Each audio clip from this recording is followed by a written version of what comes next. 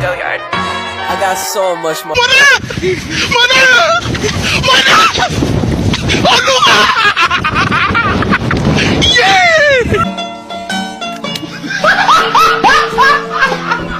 Are you ready, kids? Aye, aye, Captain! I can't hear you. Aye, aye, Captain! Oh! Fucking design on right now.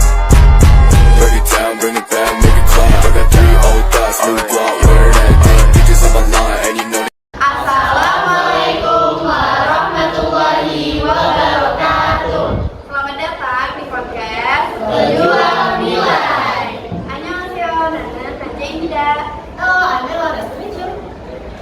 Watashi no namae wa Amanda desu. Sawadee Hanja Indah. Watashi Neila. Hola, mi nombre es Nofri. Marhaban, Arif Farid. Saya Bagas. Nama Sakti. Gimana nih kabarnya para penonton? Baik semua lah ya, semoga. Kalau tamu kita hari ini gimana kabarnya? Bagus lah ya, baik semua. Nah, tamu kita hari ini datang dari berbagai negara loh. Ada dari Spanyol, ada yang dari Belanda, ada yang dari London, Cina, Thailand, Jepang, Malaysia, dan Arab. Pasti pembahasan kita kali ini bakalan seru nih. Jadi pembahasan kita kali ini ada imperialisme sama kolonialisme. Pertama-tama, kalian semua pasti tahu kan Indonesia tuh dijajah karena apa? Karena apa? Nah, ada 2 posisi dagang besar tahu yang tertarik banget sama yang namanya rempah-rempah dari Indonesia. Sampai mereka tuh rela memonopoli perdagangan Indonesia.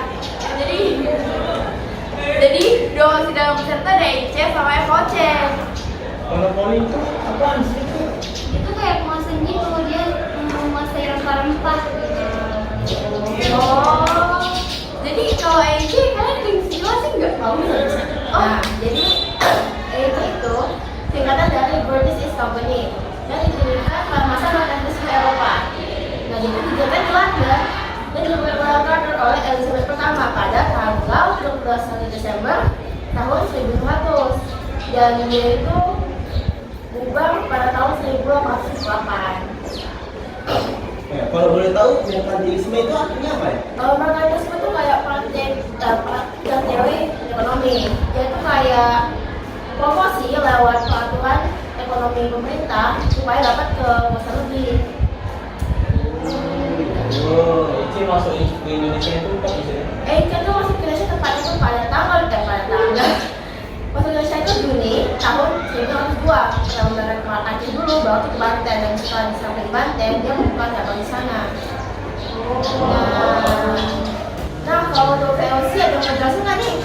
Ini, jadi VOC itu adalah singkatan dari Verenigd Oost-Indisch Company, yaitu sebuah faksi dagang Belanda di Indonesia. VOC sendiri ini didirikan pada tanggal 20 Maret 1602 di Amsterdam, Belanda. VOC ini diapain oleh 17 orang, yaitu bisa disebut juga dengan Karen Zedekin atau dikenal juga dengan Dewan 17. Tujuan utamanya didirikan VOC yaitu untuk menguasai dan memonopoli perdagangan rempah-rempah. Kalau nggak salah setelah VOC itu tahun 1799 itu muncul Republik Batak ya? Ada yang tahu nggak itu nama? Oh, kalau itu tuh karena terjadi perubahan politik di Belanda. Jadi setelah setelah Belanda diambil alih oleh Prancis, disitulah VOC juga runtuh pada tahun 1799. Nah, setelah Belanda diambil alih sama Prancis, juga didirikan Republik Batak, yang dimana itu dipimpin sama Herman Willem Daendels. Jadi hubungan FOC sama EIC apaan ya? Kalau dalam hal perdagangan, FOC sama EIC itu ada sama dalam perdagangannya di bahan baku sama pemasaran. Tapi kalau soal hubungannya sih, Dua perusahaan ini hampir selalu mengalami konflik. Hubungan keduanya itu memburuk ketika terjadi pembantaian Ambon pada tahun 1643, di mana banyak orang Inggris yang dibunuh oleh Belanda. Jadi siapa nih yang tahu tentang Republik Batak?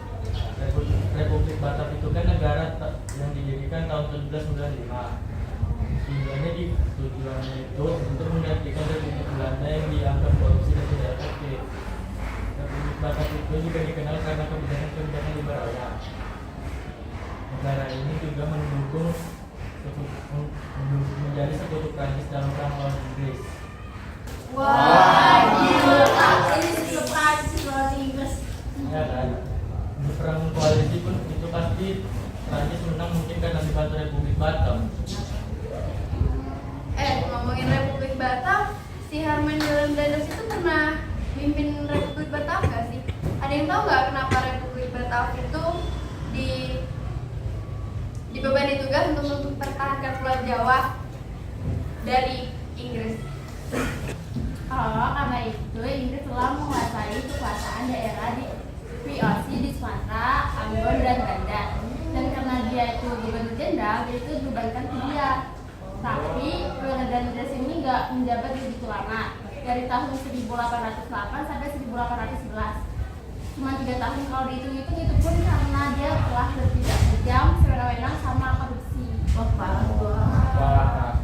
Korupsi. Kalian pada tahu nggak sih pada tahun 1811 kan si Delius ini udah balik ke Belanda.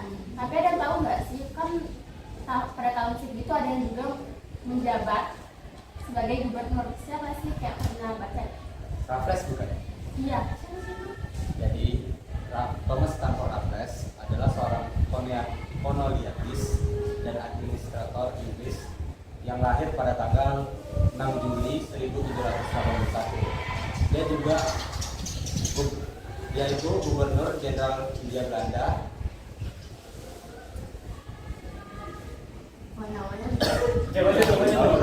Jadi Thomas Stamford Raffles adalah seorang administrator dan kolonialis Inggris yang lahir pada tanggal 6 Juli 1781. Dia juga gubernur jenderal Hindia Belanda. Juga pada tahun 1811, Raffles diangkat menjadi letnan gubernur di daerah Jawa. Dia juga yang menghilangkan tanah paksa loh. Kalian ada yang tahu nggak? Oh, Tidak tahu. Baik, saya jelaskan. Jadi karena Raffles nggak suka sama sistem tanah paksa yang dilakukan oleh pemerintah Belanda saat itu, jadi dia ubah menjadi kebijakan sistem pajak bumi, walaupun itu nggak sepenuhnya terjadi. Dan itu menjadi salah satu daya tarik dia selain kebijakan sistem pajak tanahnya di Pulau Jawa.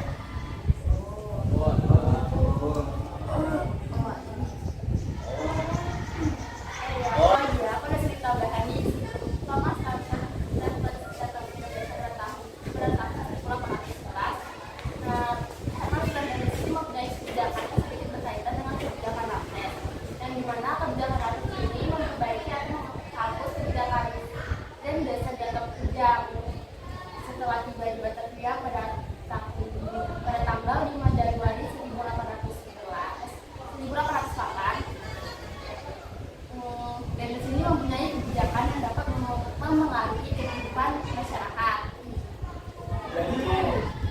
Jadi contoh kebijakan Delius itu apa nih? Contohnya itu kayak tidak paksa membatasi pengaruh kerajaan Indonesia, dan juga menjadikan penduduk pribumi sebagai tentara pemerintah kolonial. Wah, karena paksa dihapus pada masa liberalisme nggak sih?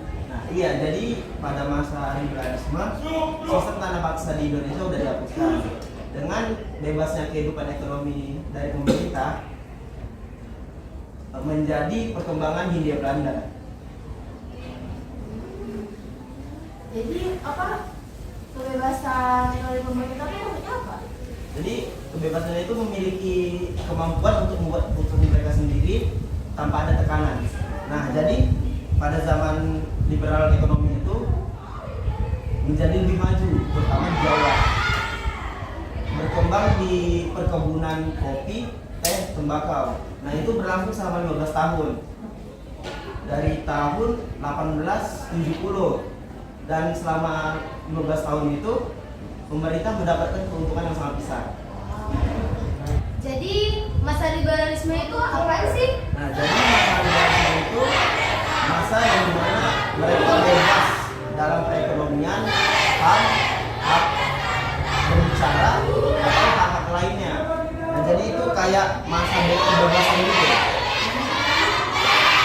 Guys, aku ada fakta menarik kok. Soal tanam paksa. Apa yang aku nggak jelasin? Belum itu aku jelasin dulu apa itu tanam paksa. Jadi tanam paksa atau biasa juga disebut kultur stelsel itu sistem ekonomi yang diciptakan oleh Belanda yang ada di Indonesia, yang dimana petani itu dipaksa menanam tanaman komoditas tertentu dan menyerahkan hasil panen kepada pemerintah Belanda sebagai pembayaran pajak. Itu yang ditanam apa aja? Kopi, tebu, rempah-rempah dan lain-lainnya. Jadi fakta menariknya itu apa sih? Jadi fakta menariknya itu Belanda mendapat keuntungan yang sangat besar, sebesar 967 juta gulden, yang mereka bisa melunasi utang-utang mereka.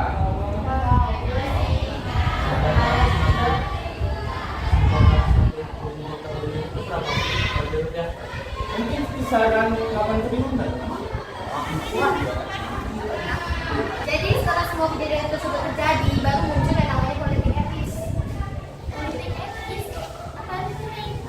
Jadi politik etis itu adalah kebijakan budidaya yang dibuat untuk mengganti kerugian masyarakat India, Belanda, atau Indonesia atas eksploitasi yang dibuat pemerintah Belanda.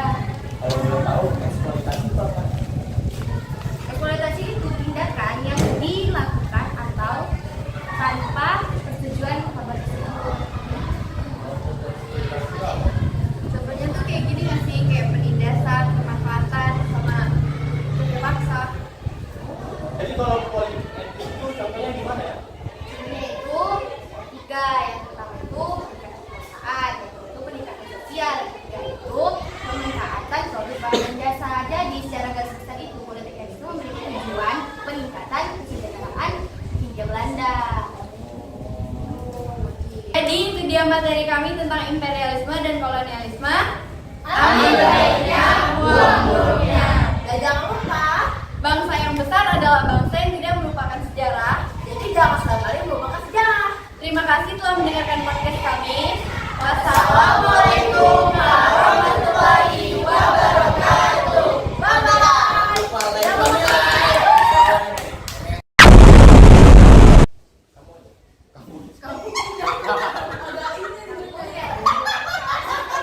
Oke. Kak.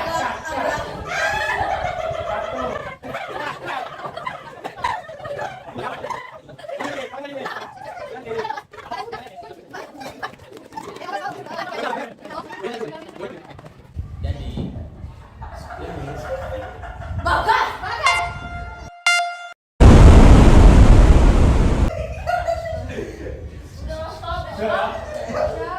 Lu udah lah gas. Oke, 1, 2, 3.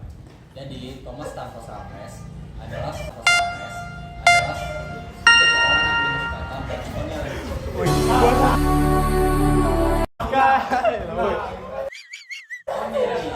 Satu, dua, tiga. Jangan ini.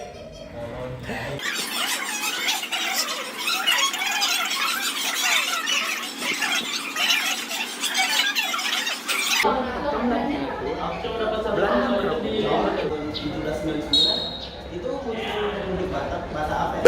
Ada tahu nggak bulan apa?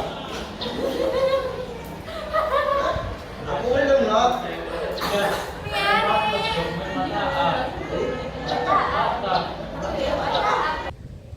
Tidak melupakan sejarah. Terima kasih. Yang besar adalah bangsa yang mengenal sejarah. Itu bakal ada materi imperialisme sama kolonialisme. Aduh, pengen dulu banget. Power of tak bisa loh. Oke.